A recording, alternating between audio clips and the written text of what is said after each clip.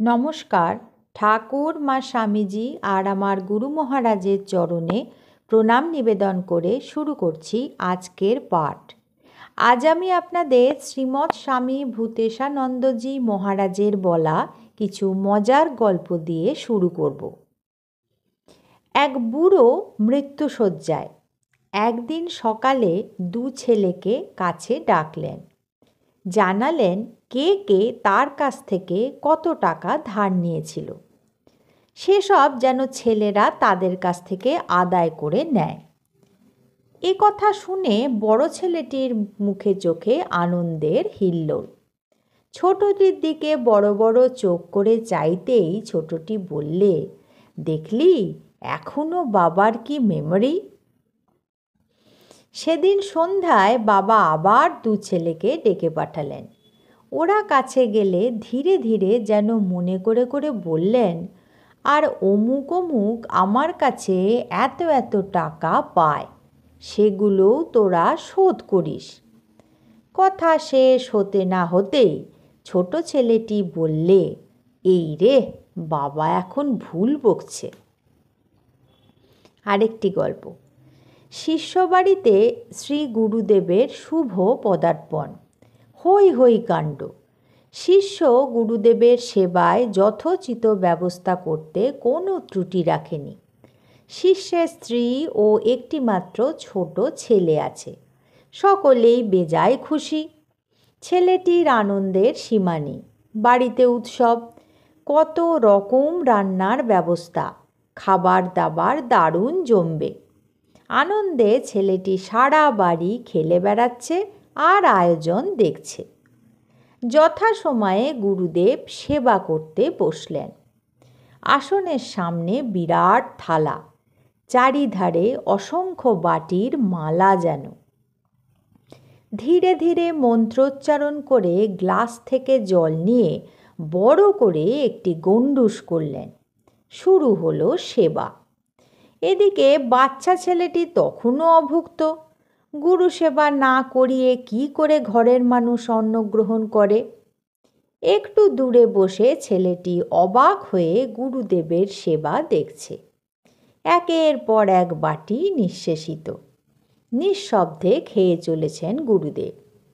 কিছু ইঙ্গিত করতেই বাটি আবার ভরে যাচ্ছে এবং তিনিও সেটি যথোচিত সদ্ব্যবহার করছেন। ছেলেটি একটু ভীতু হয়েই মাঝে মাঝে উঠে গিয়ে রান্নাঘরে দেখে আসছে সবই শেষ হয়ে গেল কিনা।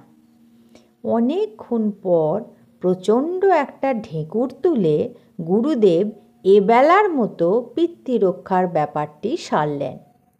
গ্লাস থেকে আবার জল ঢেলে পুনরায় আচমন করছেন। যেই না গণ্ডূষ নিয়ে আচমন করেছেন, বাচ্চা ছেলেটি একেবারে ভ্যাঁ করে কেঁদে ফেলল। ছুটে গিয়ে তার বাবা জিজ্ঞাসা করল, কি হলো রে, কাঁদছিস কেন?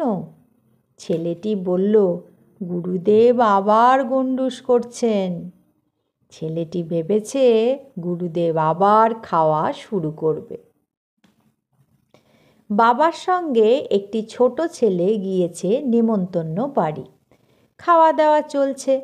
বাবার পাতের পাশেই ছেলেটি বসেছে। কত রকমের খাবার। মাঝে মাঝেই বাবার নজর রাখছে ছেলেটি কেমন খাচ্ছে।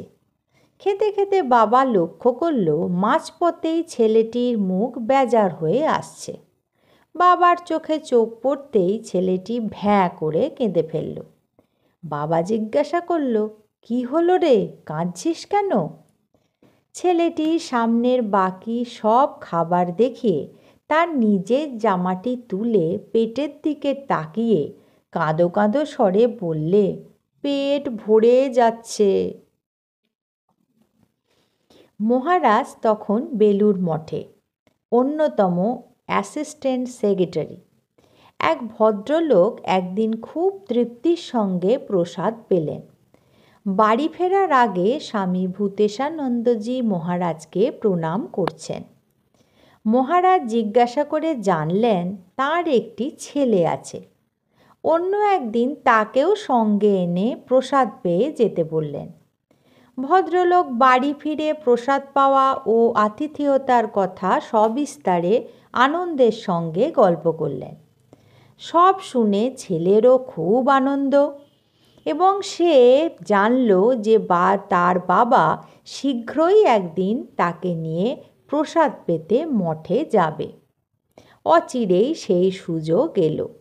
বাপ ছেলে দুজনেই গেছে, প্রসাদও পেতে বসেছে।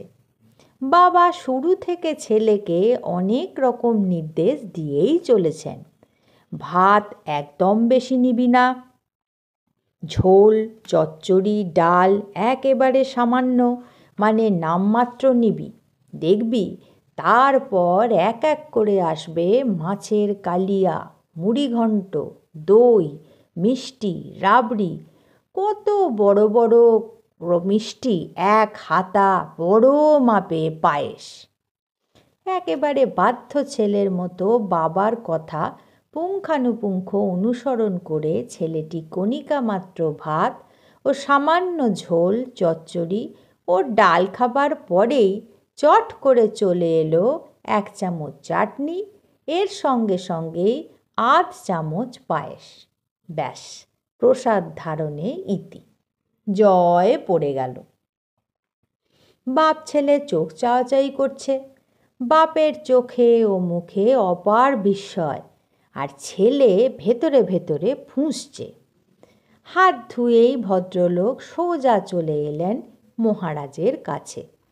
প্রণাম করার ছলে গতদিনের প্রসাদ ধারণে যে কী তৃপ্তি হয়েছিল সে কথাও বলতে ভুললেন না।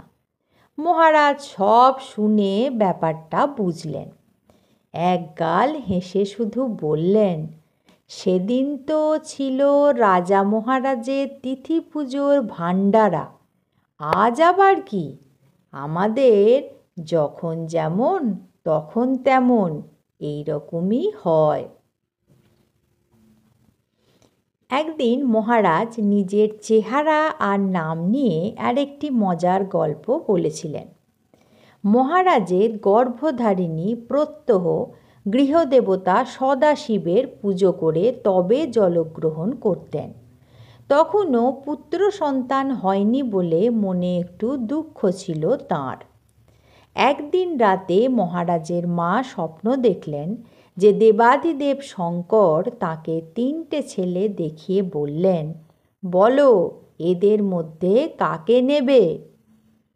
আমরা মহারাজের মুখে নিজের মুখ থেকেই শুনেছি। তার মা বলেছিলেন, আমি তোকেই দেখিয়েছিলাম। তৎক্ষণাৎ মহারাজ মাকে মুখ বেঁকিয়ে নাক সিটকে বলেছিলেন, কি একটা ছেলে তুমি বেছে নিলে, কালো মোটা ভোঁদার মতো। মা সঙ্গে সঙ্গে তাকে জড়িয়ে ধরে চুমু দিয়ে বলেছিলেন, হ্যাঁ তোকেই তো বেছে নিলাম। তোর জন্য শিবের কাছে কত কেঁদেছি, তারপরেই তো তুই এলি বাবা। প্রসঙ্গটি বলার দিন মহারাজ আমাদের বলেছিলেন যে মা তাকে জড়িয়ে ধরে অনেকক্ষণ কেঁদেছিলেন। পরে আমাদের জিজ্ঞাসা করাতে তিনি বলেছিলেন, এটি কি কান্না জানো? বলে নিজেই বললেন, এটি আনন্দের কান্না। আজ এই পর্যন্তই। পরবর্তী পর্বে আমি আপনাদের এইরকমই কিছু মজার গল্প শোনাব। ঠাকুর মা স্বামীজি আর আমার গুরু মহারাজের চরণে আপনাদের সর্বাঙ্গীন মঙ্গল কামনা করি। আপনারা সকলে ভালো থাকুন, সুস্থ থাকুন। নমস্কার।